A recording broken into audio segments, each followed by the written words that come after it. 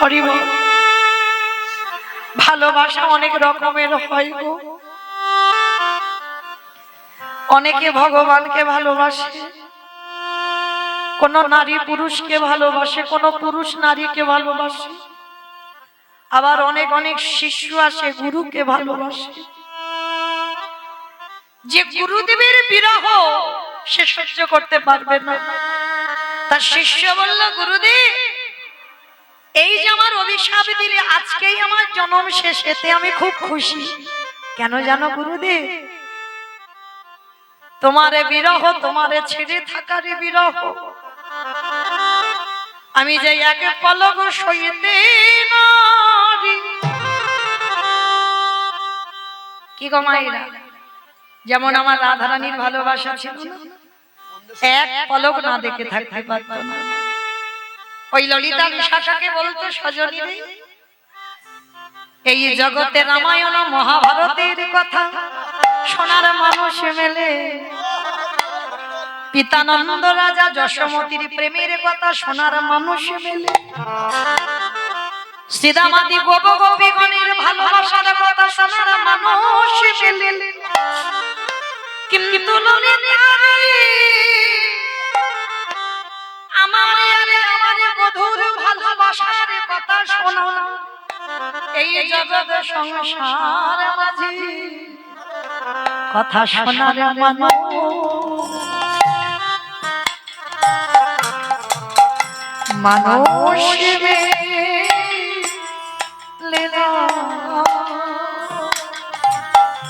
এ জগতে কৃষ্ণ কথা বলার মতো ও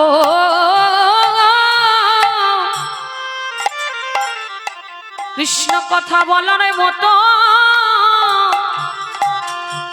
মানুষ মেলে বটে, কিন্তু কৃষ্ণ কথা শুনবার মতো তেমন মানুষ মেলে না। তাহলে মাইরা আজকের গুরু শিষ্যের এইরকম প্রেম থাকে, তাই এবার ছেলেটা যেই না গুরুদেবকে বলে ছুটতে ছুটতে ঠিক দুপুর বেলা বারাণসী নদীর জলে স্নানে নামলো। আর যখনই নদীর জলে স্নানে নামলো, ছেলেটা পা পিছলে, বাবা মৃত্যু যদি কপালে লেখা থাকে, তুমি ঘরের দরজা বন্ধ করে থাকলেও মৃত্যু হবে, ও কেউ রোধ করতে পারবে না। ছেলেটা স্নানে নামলো, পা পিছলে গিয়ে বারাণসী নদীর জলে প্রাণ ত্যাগ হয়ে গেল। আর ওই ছেলে মৃত্যুর পর বারাণসী পাশেই যে জায়গাটা, সেইখানে ওই ছেলেটার জন্ম হলো। অমাইরা ছেলে আসছে কোথায়? নতুন করে জন্ম হলো। শুভ দিন শুভক্ষণে ছেলেটার আজকে জন্ম হয়ে গেল। বাবা নাম হলো বাল্মীকি রোহিতাস। ছেলেটা যেই না জন্ম হয়ে গেল, জন্মাবার পর থেকে বাবা ছেলেটা হলো জাতিস্বর। অমাইরা কারা কারা জাতিস্বর আছো, একবার উলুধ্বনি দাও তো দেখি একবার সবাই।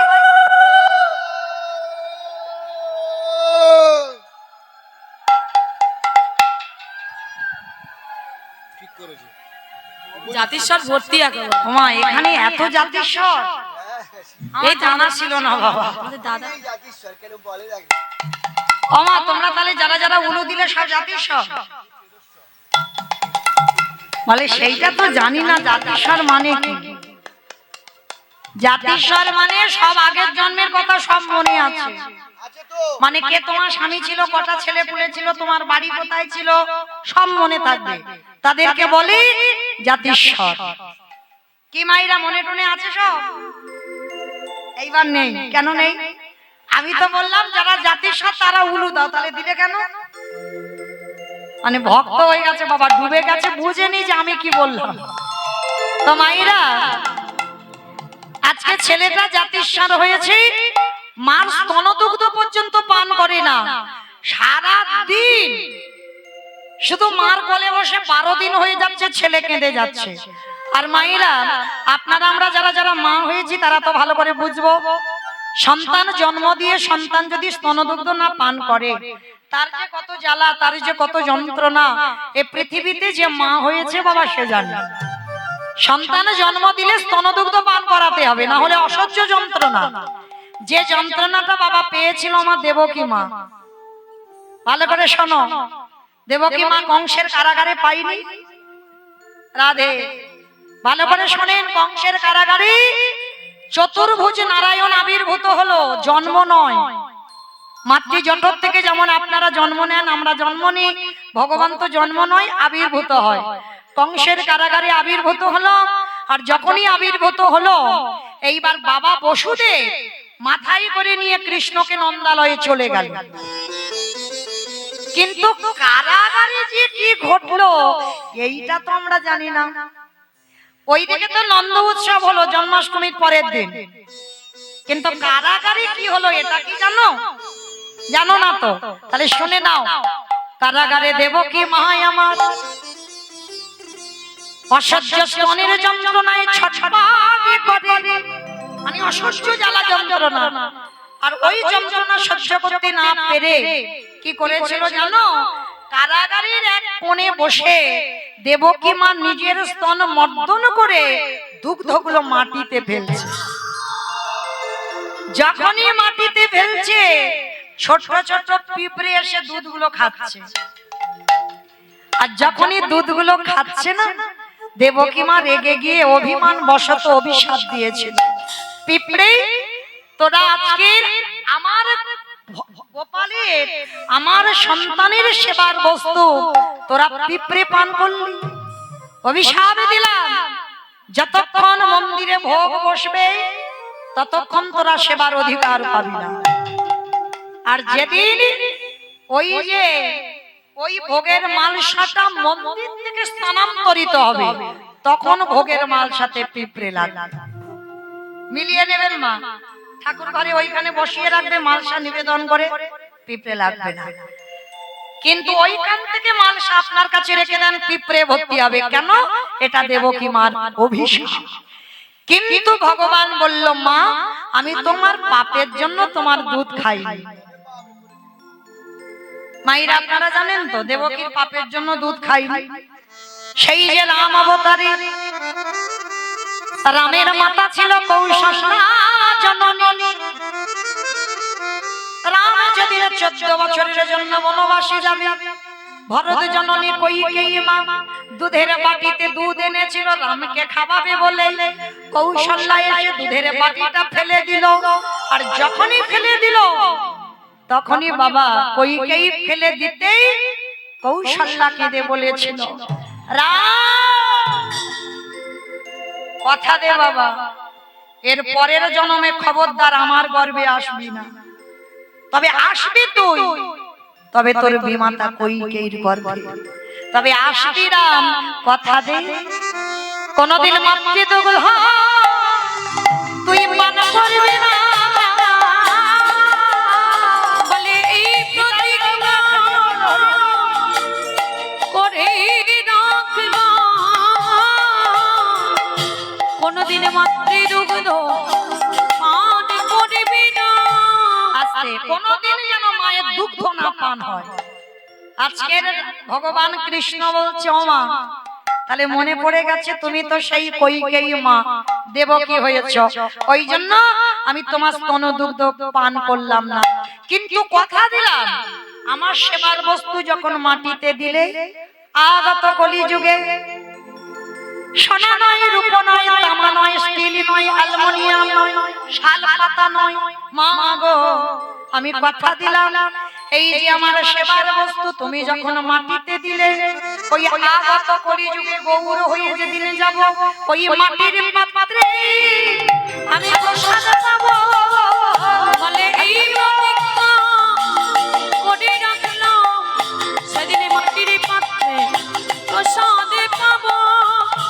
শুধু মাটির পাত্রে নয়, ওই মাটির পাত্রে করে যদি কোনো ভক্ত ওই চিরে প্রসাদ ভিজায়ে, রাধে এ তো সেই সুদামার চোখের জলে ভিজা ছিল। কত বলবো, আমি রাম জানি না, আমি কৃষ্ণ জানি না, আমি নারায়ণ জানি না। ওগো দয়াল গুরুদেব, আমি উচ্চ কুলে যাই আর নিজ কুলে যাই, আমি যে কুলে জন্ম দেই না, আমি যে কুলে জন্ম যাই না কেন, তব চরণে আমার নিবেদন গুরুদেব। আমি রাম কৃষ্ণ নারায়ণ কিছু জানব না, ওগো গুরুদেব, আমি যেন রামানন্দ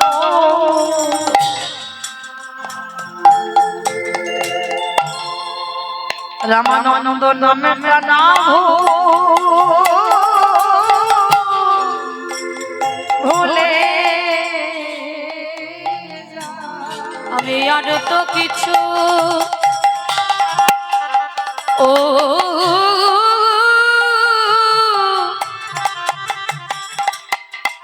আমি আর তো কিছু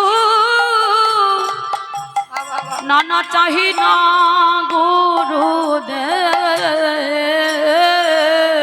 আমি যেন রামা নন্দনা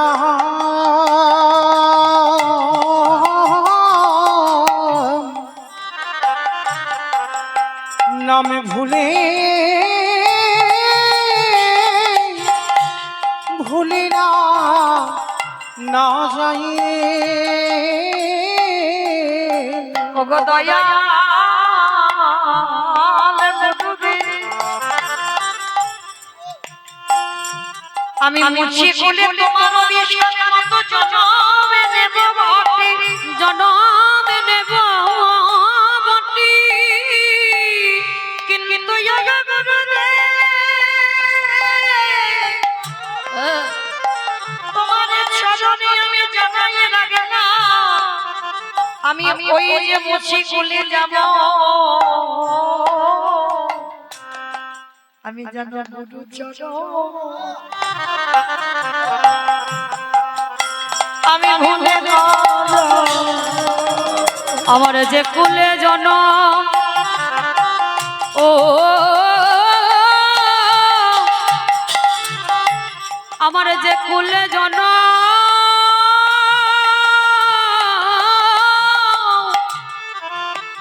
জন্ম হোক না কেন, ওগো গুরুদেব, আমি যেন গুরু চরণে ভুলে না যাই। গুরুদেব অবাক হয়ে গেল, যাকে আমি লাথি মারলাম, যাকে অভিশাপ দিলাম, তবু বলছে গুরুদেবের চরণ ভুলবো না। শিষ্যকে বুকে ধরে বলল, খোকা এই জন্মে তোর মতো শিষ্যকে আমি অভিশাপ দিয়ে ফেললাম, কিন্তু ওরে খোকা রে, পারিস যদি গুরু চরণে বসে তুই ক্ষমা করে দিস। গুরুদেব, এই যে তুমি আমার এই অভিশাপটা দিয়েছো না, যে আমার আজকেই জন্ম শেষ, এটাই আমি খুশি, কারণ আমি গুরু চরণ ছেড়ে থাকতে পারবো না। কাশীধামে কাশীধামে কাশীধামে জন্ম নিল ভক্ত রোহিদাস, উলুধ্বনি মা। কাশীধামে জন্ম নিল ভক্ত রোহিদাস,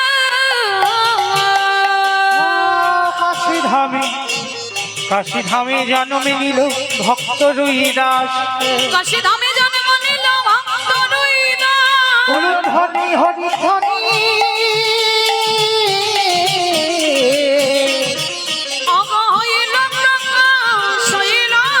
এবার এলো ধরি হরি ধরি,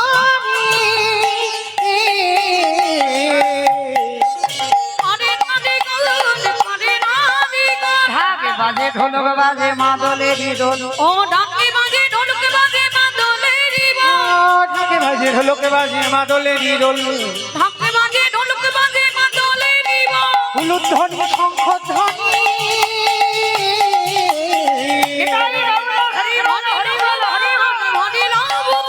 আনন্দ আর ধরে না ভক্তের আবির্ভাবে ভক্তের আবির্ভাবে আধা ঘন্টা বাকি রাস হবে না?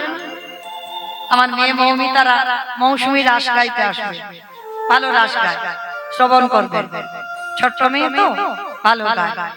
তো যাই হোক, তো আধা ঘন্টা সময় আছে, তো অধিকার অতটা যেতে পারবো না বাবা, কারণ আমার কমিটি ভাইরা বলেছিল শুধু আমার চরিত্রে একটু বর্ণনা করতে, কিন্তু বাবা বলেন সম্ভব কি? তাহলে তো এদিকে পুরাতে পারবো না, হ্যাঁ, মানে আগোছালো হয়ে যাবে, এটা সমাপ্ত হবে না, ওটা সমাপ্ত হবে না। তাই আবার যদি কোনোদিন সাক্ষাৎ হয় তো শুধু আমার চরিত্র আস্বাদন করা হবে।